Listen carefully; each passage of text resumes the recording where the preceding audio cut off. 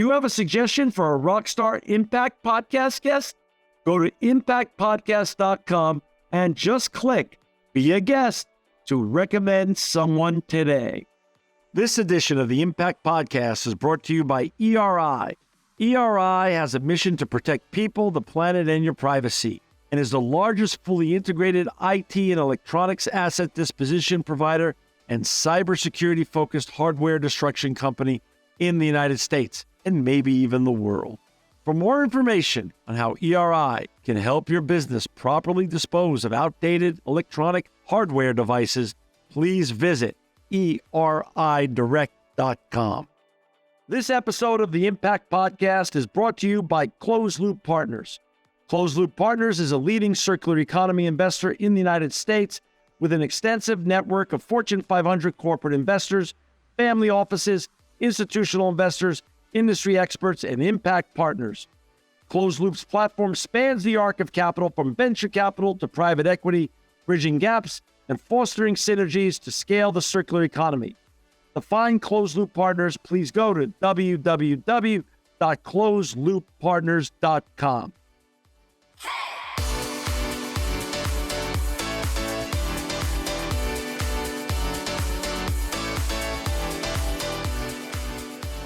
Welcome to another edition of the Impact Podcast. I'm John Shigarian, and I'm so honored to have with us today my good friend, John Powell. He's the Sustainability Practice Global Lead at Salesforce.com. Welcome to the Impact Podcast, John. John, it's my unalloyed pleasure to be here. Been looking forward to sitting down in this kind of more formal setting here. So yeah, looking forward to digging in. Me too. And you know, John, before we get talking about all your important work at Salesforce that you're doing with your colleagues in sustainability and truly a great leader there, can you get into a little bit the John Powell story? Where'd you grow up? Where'd your love for the environment come? And what got you on this path? Yeah. I mean, I think like most people, it's a bit circuitous, and I'd like to think I've engineered some of it. But I quite fittingly, I was born in this great state of West Virginia, and when I say fittingly, that was in the middle of a move. So my parents were en route from Virginia, going up into the Midwest, but they stopped along the way, had me, and ended up, I think, moving another 12 or 13 times before I graduated high school. So that certainly has shaped, I think, the way that I adapt to new situations and kind of find a way to get comfort pretty quickly. But the kind of my inspiration for getting into the environment, it's a really simple one. So I had a class in high school, AP Environmental Science, and I believe it was the first year that it was ever offered as an AP course. I had a kind of a classic inspiring teacher named Dean Shaver, and he just had a boatload of stories going back into, jobs that he had when he was younger and sort of weaving that into some of the tenets of, what is environmental science all about. And I think what intrigued me, there's so many directions in which you can go. How do we better measure what's happening in the environment? How do we protect the environment from, negative consequences? How do we deal with consequences after they've already happened? So it's like, it's sort of like, choose your own adventure type of thing. So that really resonated with me and really inspired me to go into the environmental field. So I earned a degree in environmental engineering from University of Florida, and that's one of the rare kind of pure environmental engineering programs. If you kind of look across the landscape, many are kind of coupled with civil engineering, so it's like kind of a blend of the two. But this is very, very much hardcore in environmental engineering, and so that was my backing. And I think one thing that you and I share, we are pure. Maybe we don't admit this to everybody, but we're kind of pure waste guys. We've been dealing with waste and recycling for many years, and that was the discipline and the subfield that I focused on. I got my thesis, did something on an advanced way of dealing with waste, which we might dig into. But following that, ran and exited a couple of consultancies, and I kind of took an unusual pause mid-career to earn my doctorate for a couple of kind of strategic reasons. And prior to joining Salesforce, I was fortunate to run some investment funds at Closed Loop Partners, the leading circular economy investment fund. And so now at Salesforce, the world's largest CRM software company that's really helping, hundreds of thousands of companies across the world, get to know their customers better, serve them better. And so like I said, as I sort of look back, it kind of feels maybe there's some moves that were deliberate, but also very privileged that certain things are happening at a certain time, and it's a product of luck and just sort of being there at the right time. So that kind of leads me to where I am today at Salesforce. That's awesome. And when you were growing up, were your parents into the environment also, besides before your teacher? Was that something that was going on back then? Because I know culturally in the United States, we were historically behind Europe and some of the Asian countries such as South Korea and Japan. Was that something that was part of your learnings growing up and in your household? Not really. And, that's not that there isn't a care for the environment, but I think there's these little moments that happen over life that stick with you. I recall a fifth grade project where I made recycled paper. There was kind of this formula where you kind of soak things in water and you make a pulp and then it airs out. And, the quality wasn't great, but like you sort of learned about the process. And so just, you kind of add up those little things. I had a strong interest in math and in science. And I think I just tended to want to apply that, so I think, the beauty and what I love and really what made me choose environmental engineering as a discipline in college is the fact that you're really leveraging, principles of physics, biology, and chemistry, bringing those to bear in a number of ways to, environmental challenges. And that could be technological application. Again, that could be measurement and monitoring. And it's all important. But I think, again, being able to weave together, the hard sciences toward environmental issues, which is something I always liked that bridge that we were sort of, building to try to, have that positive impact on the world. And now at Salesforce, you are the sustainability practice global lead.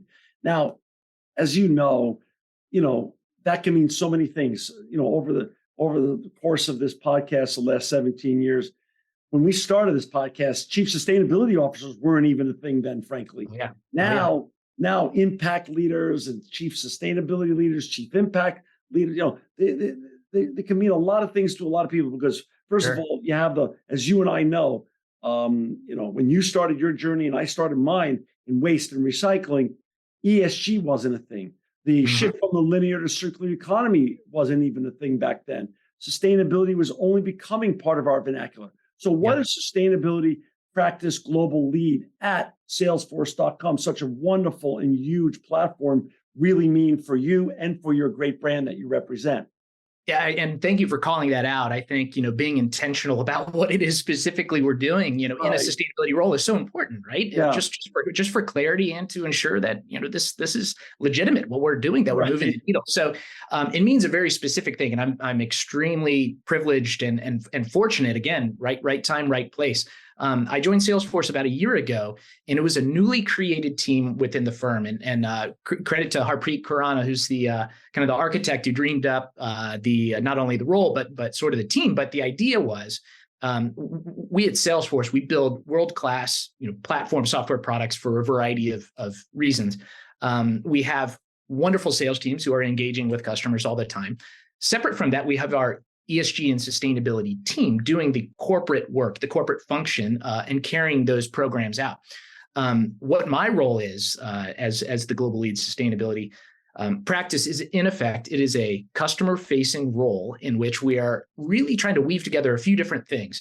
One, to very quickly understand where our customer is in their ESG and sustainability journey. As you and I know, there's a broad spectrum and we've got folks all up and down and they all need help in a certain way. So one is very quickly get up to speed on that, given my experience, but then it's really try to paint the vision of where they can get to. And I think really kind of the secret sauce that we talk about a lot at Salesforce is really not only identifying the ways in which you can have a rigorous and robust ESG and sustainability program, but what are the different ways that you can create linkages to other parts of the business. And so, a lot of that is having discussions like breaking down silos and that there's wonderful things happening at different pockets of the company. And often that sustainability function is kind of off to the side. They're kind of doing their thing. And I think really on the kind of enterprise, large company level where I work, where that magic happens is when you can, kind of have some diffusion between those different functions and use great sustainability work you're doing to your advantage. That's so interesting. Are you finding when you say there's a wide spectrum of where your client base is in their journey? One of the things that I found, but I would love to hear, of course, your experience because you're dealing with so many more brands than I get to touch, is so many brands are very scared of the journey because they don't know where to begin. It seems daunting. Yeah. So Absolutely. what you're doing is with your skill set, with your technology, and with your knowledge expertise base, you're empowering their journey to begin, and you're giving them a structured sequence to do this journey. Is this sort of how it breaks down?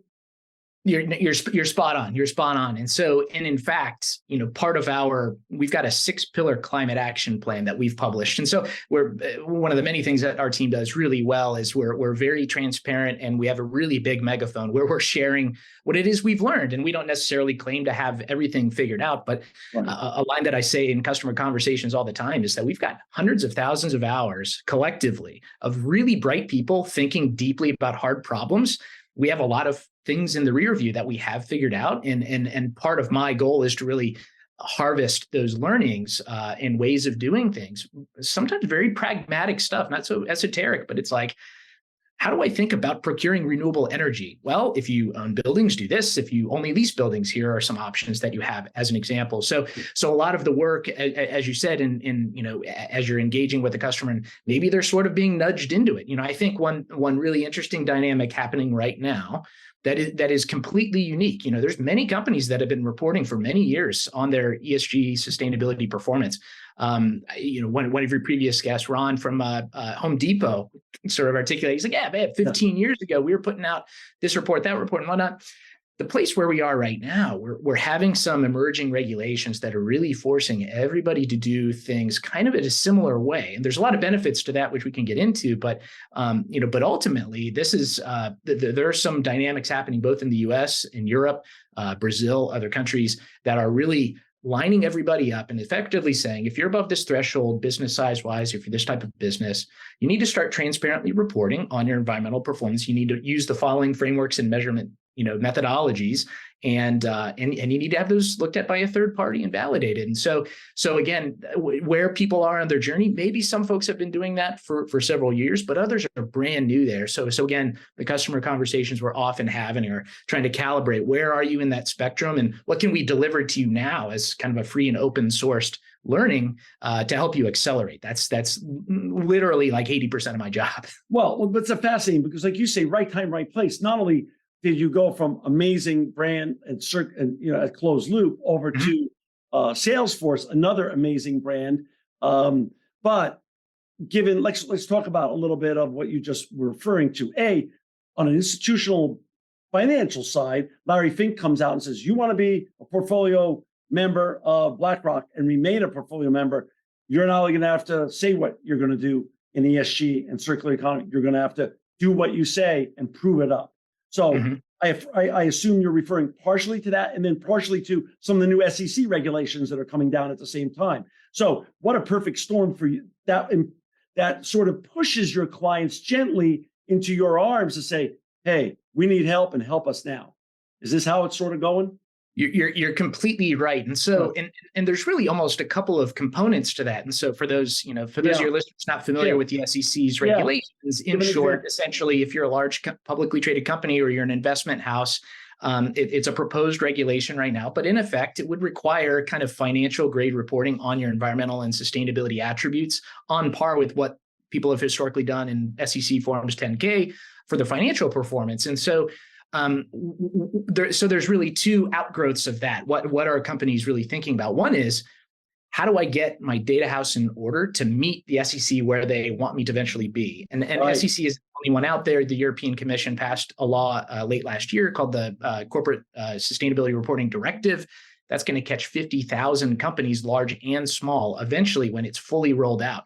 And it's kind of the same thing. There's 1,000 different data points that companies will have to report on. So one side is kind of the data problem. And so in brief, one of the ways in which Salesforce helps, we have a platform product, which is really a new software category, which is essentially wrangling the oftentimes very messy enterprise grade data, kind of normalizing, harmonizing it so that it can comport with things like your carbon accounting, things you would report on ESG. So that's one thing that we're having conversations about and helping customers with. I think the other thing too, and maybe following the show, I can give you a link to this work, but Salesforce did some internal research surveyed about 1,200 different global professionals, not just sustainability, but global corporate professionals Sure. On various ESG topics. And kind of the punchline is that there is a massive sustainability skills and talent gap globally. So again, we sort of think about like wrangling the data and doing the computations. Sure. That's one piece, but there's like humans that have to make decisions and help drive these programs forward.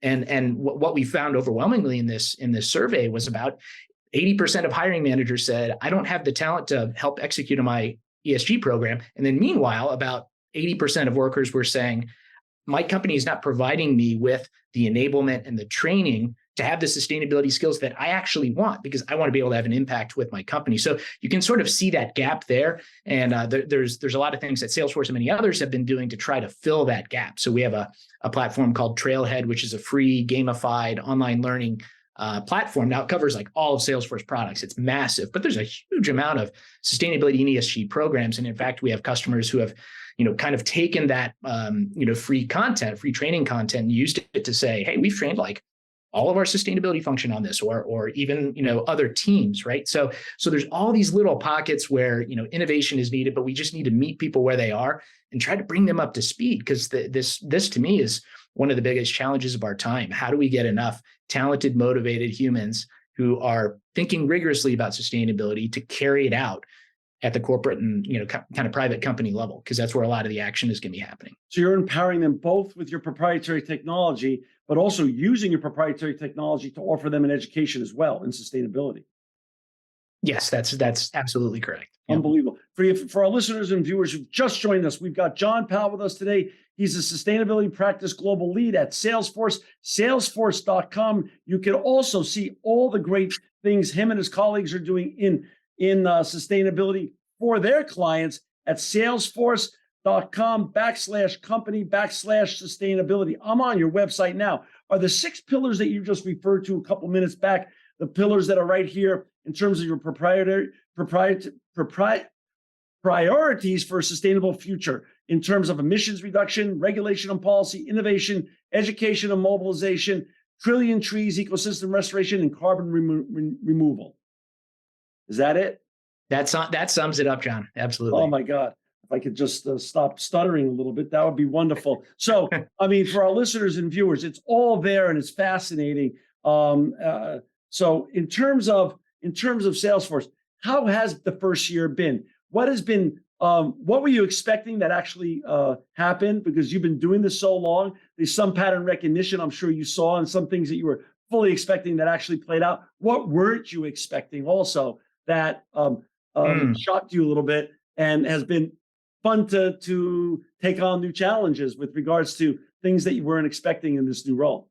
That's a great question. I think one thing that's been just one of the biggest bright spots, and I came to Salesforce very deliberately.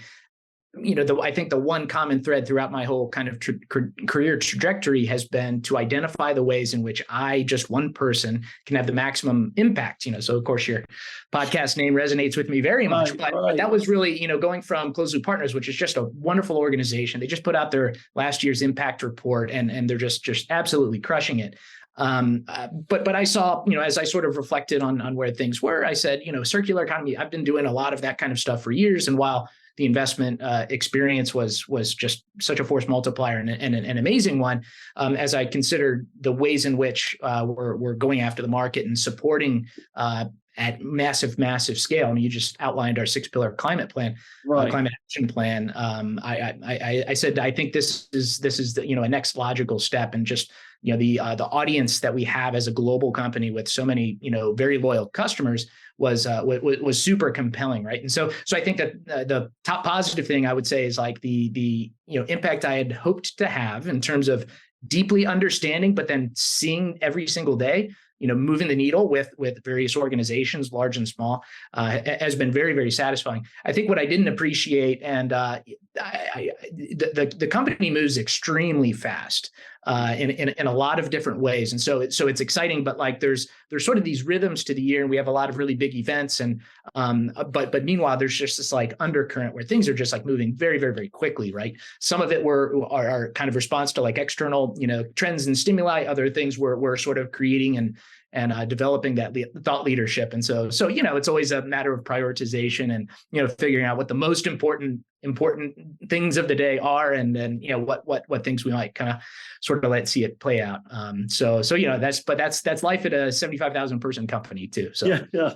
I mean, I love on this part of your website, the one I just referred to. And again, for our listeners who want to catch it again, salesforce.com/company/sustainability. What I love in terms of the empowerment, and I'm going to just pick one or two of these things in terms of what's going on right now in the zeitgeist. Net zero is really so much of what you hear about today, and people are chasing this net zero. So it says here, we're bringing the full power of Salesforce to accelerate the world's journey to net zero. Go net zero now with Net Zero Cloud. Explain what that would even look like if I'm a client of yours and I want to go net zero. I want to be able to get to net zero, get it to my, get it into my impact report, get it to my analysts, my C-suite, my board of directors, and get my company on the right track here. How does that even look? Like, how does that journey look? We're going to just take one or two of your 6 pillars here.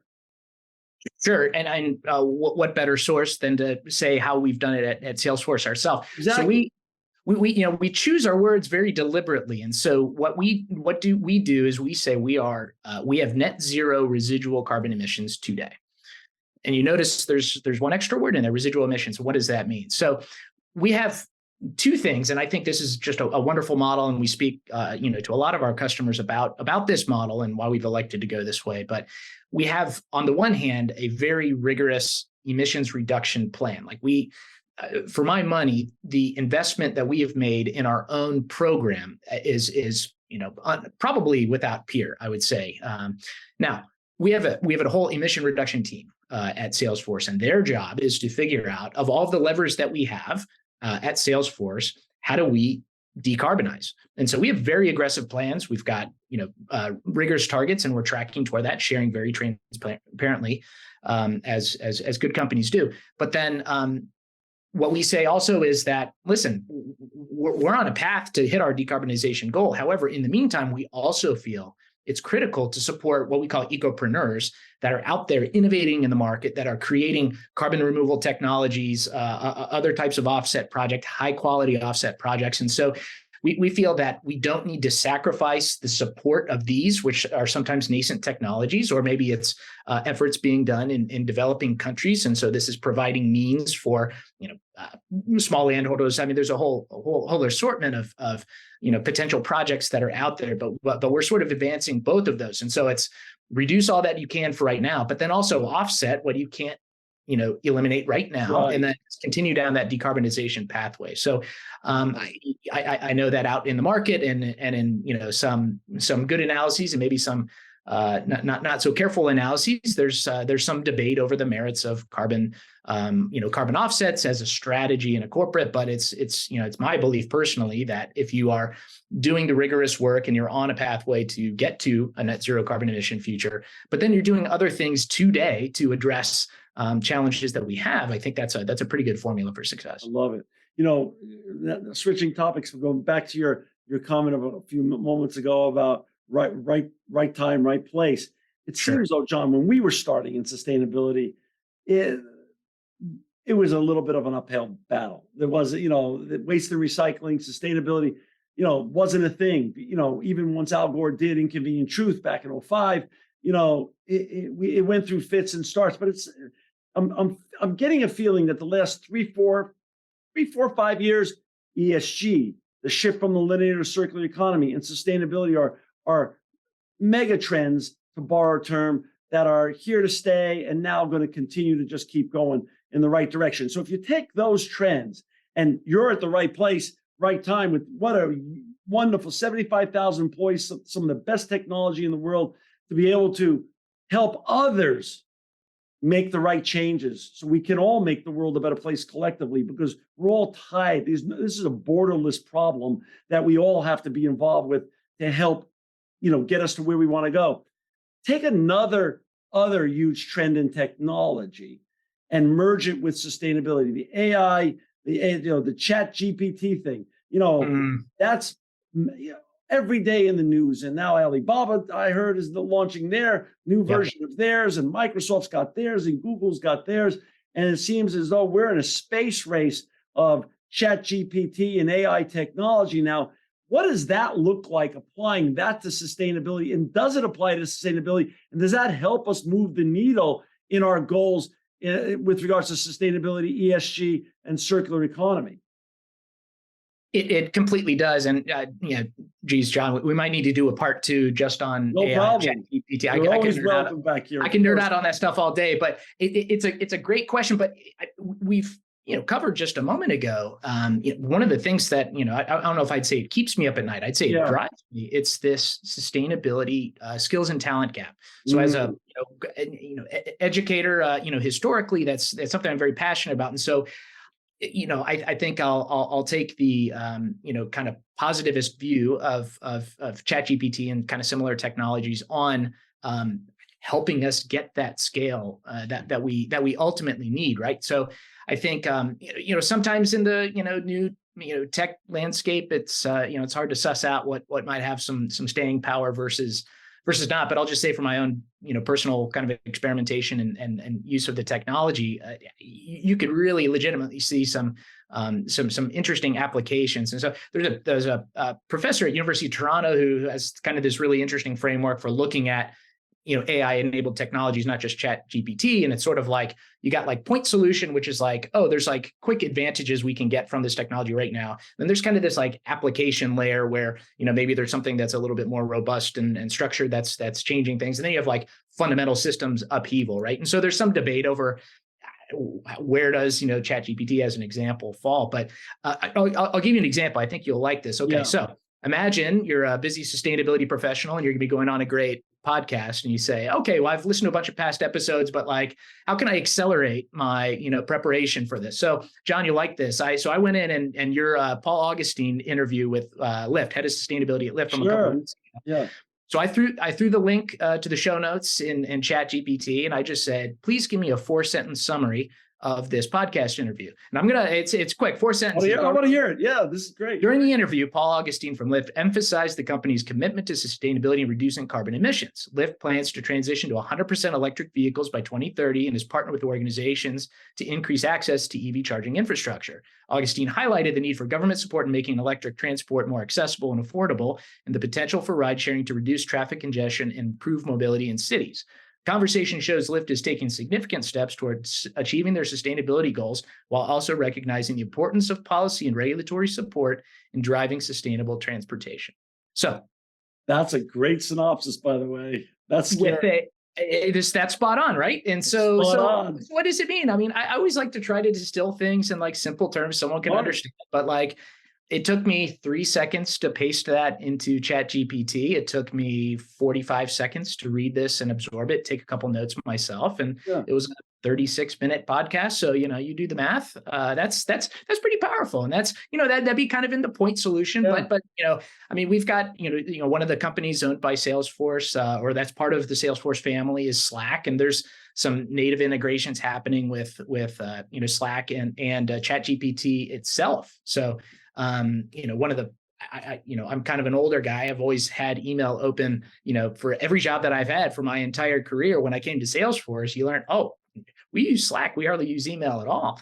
And, the way it's set up, you've got all these different channels for like different projects that you're working on, right? And so imagine that you're a new hire and there's this project going on for 6 months. You join the Slack channel. There's 1,000 messages there. Well, there's an integration now where you've got the ChatGPT app and you say, hey, give me a summary of what's happened for the last 6 months. And you get a paragraph and now I'm all caught up. So again, there's a lot of kind of interesting and exciting things. There's a lot of, things about, security and lots of other concerns. But, again, we're thinking of the upshot and the positive impact here, John. Talking about the positive impact.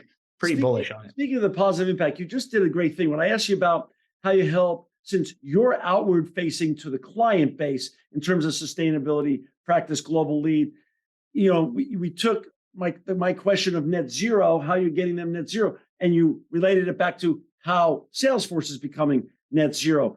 John, do that also for me with regards to the yin and yang of Salesforce.com. You're outward facing, and you've got a team working on empowering your clients on their sustainability journey.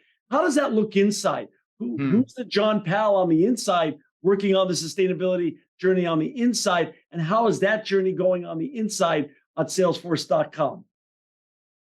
Yeah. And actually, you bringing that up, I think I partially didn't respond to a bit of your question. So I'll cover both of those. So the team, so I am kind of adjacent to the team that is running the sustainability program at Salesforce. They're doing a bang up job, fantastic work. I believe over the next week or so, we're going to be releasing our latest, we call it our stakeholder impact report. And it's a great kind of dynamic page where you can see all of the targets that we've set, all of the accomplishments we have, and there are many.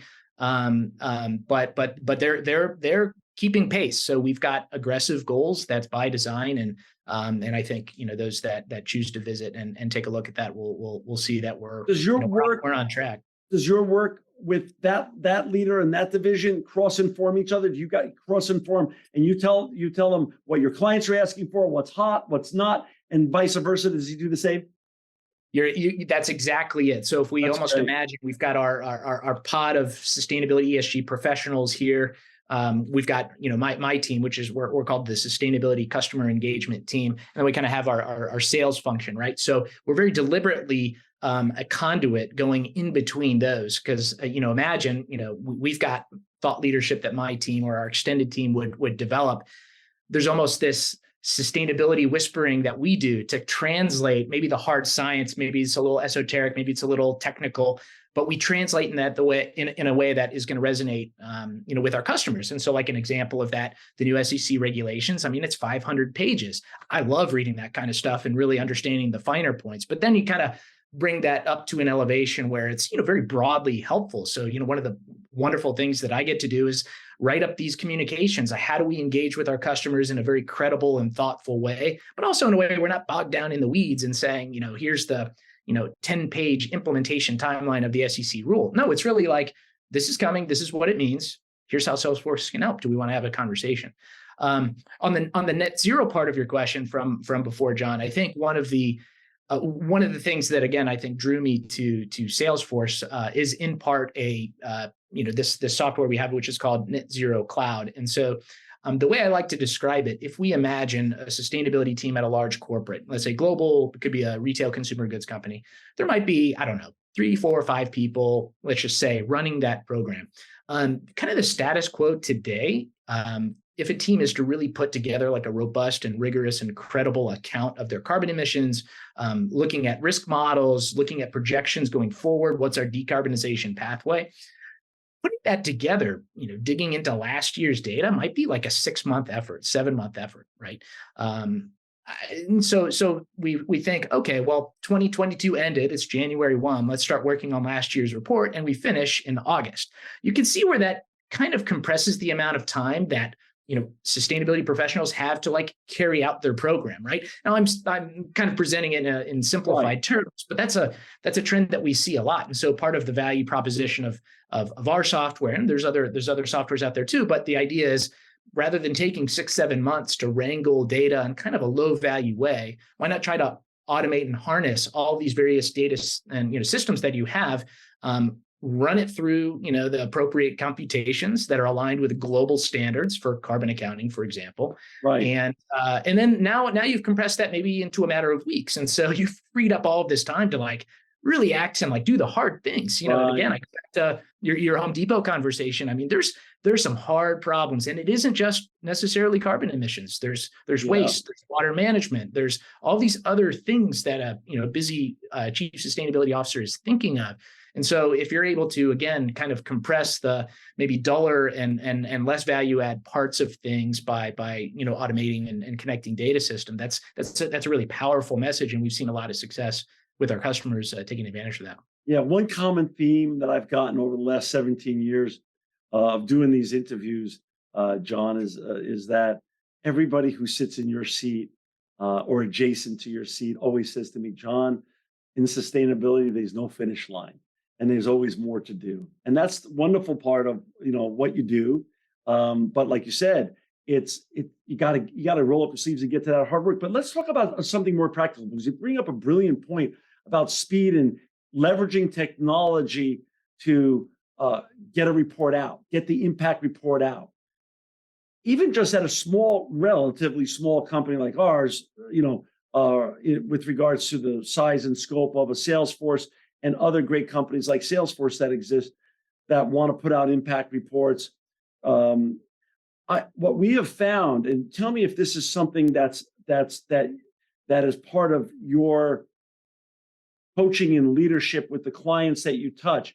Getting the report out in April is a lot more important than getting a report out in December, because timing matters. Not only so the report is done in an efficient and resourceful way, but also, frankly speaking, it's more socializable and commercializable if you get it out and use it with your client base, your investor base, your potential client base.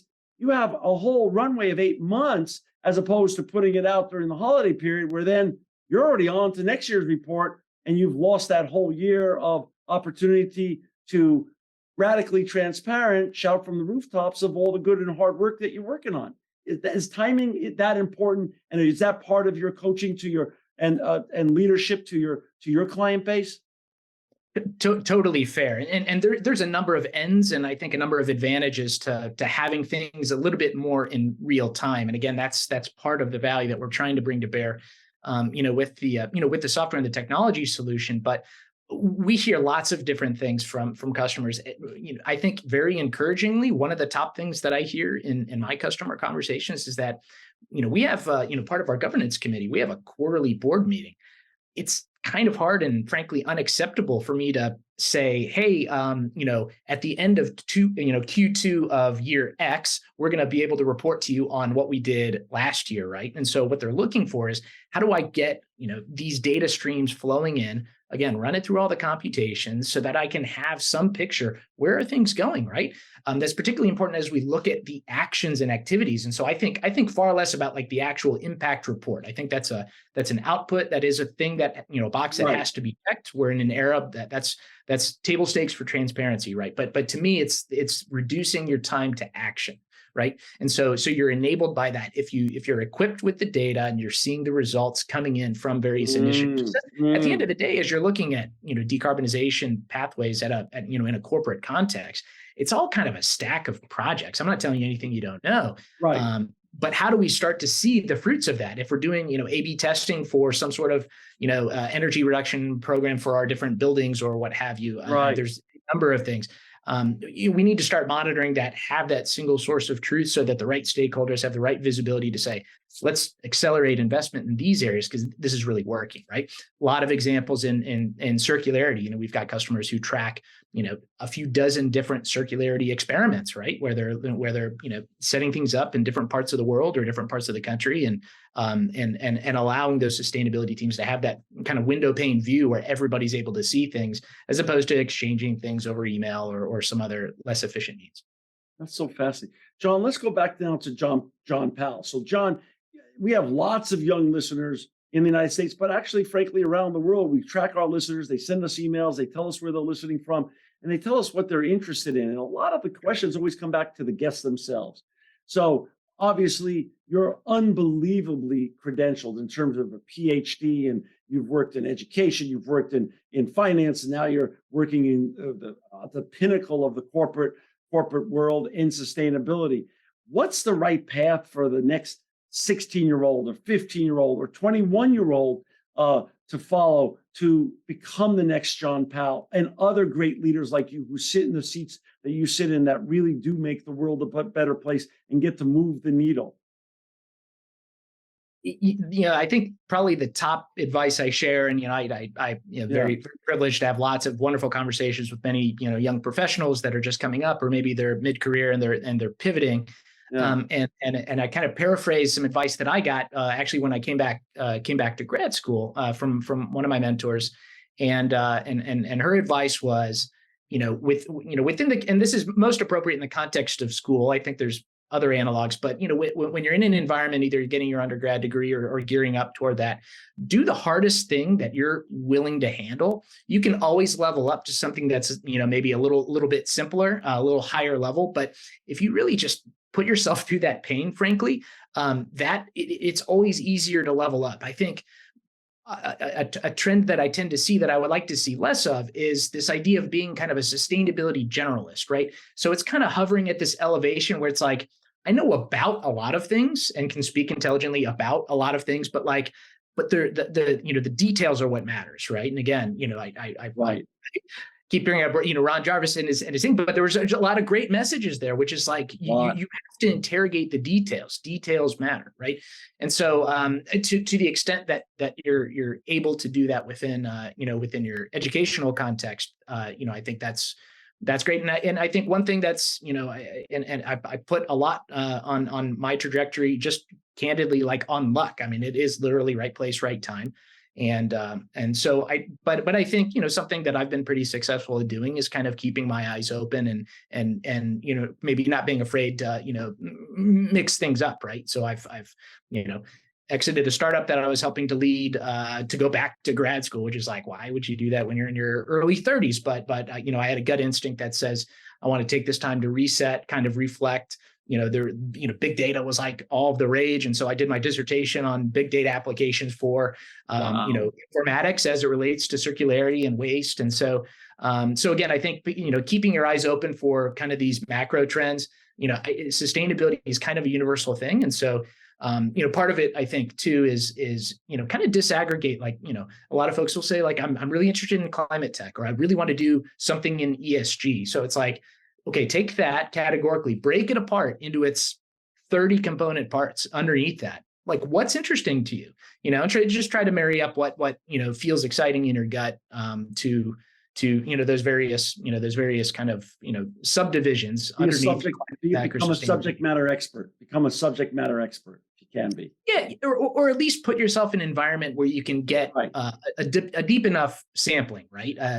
Oftentimes, a consulting pathway can be very effective because you're able to kind of sample, a bunch of different things, and there's different kinds of sustainability consulting contexts. But that's one area that we're seeing, exploding. There's a lot of acquisitions. There's a lot of growth in that sector. Because again, companies and other organizations need help from, people who have that subject matter expertise, right? So positioning yourself to credibly demonstrate that is always a great thing. What's the value in 2023 and beyond of apprenticeships and internships? High value still? Yeah, I think so. I mean, there's always context, right? And are you fetching coffee, or are you able to do some meaningful things? I think maybe part and parcel to that. Like, if you are able to like really get your hands dirty, really roll your sleeves up and have some tangible outputs, that's something I always try to take pride in when I have younger professionals working under me. It's like, okay, coming to them and saying like, okay, let's just think strategically at the end of this engagement, this summer or just as you're working along, how can you what are those like 2 or 3 bullets on the, CV or on the, portfolio website that you would build or whatever, what would those be? And let's kind of work backward from there. So, it's always keeping your eyes open for someone who's supportive of your journey. And so hopefully there's a good fit there for the various folks. John, you've got tremendous vision and also lots of energy, and you're brilliant. Obviously, you've been at Salesforce for a year. What's next on the horizon? What when you go to bed at night, what do you dream about the months and years to come on what you're working on at Salesforce? What's the horizon look like?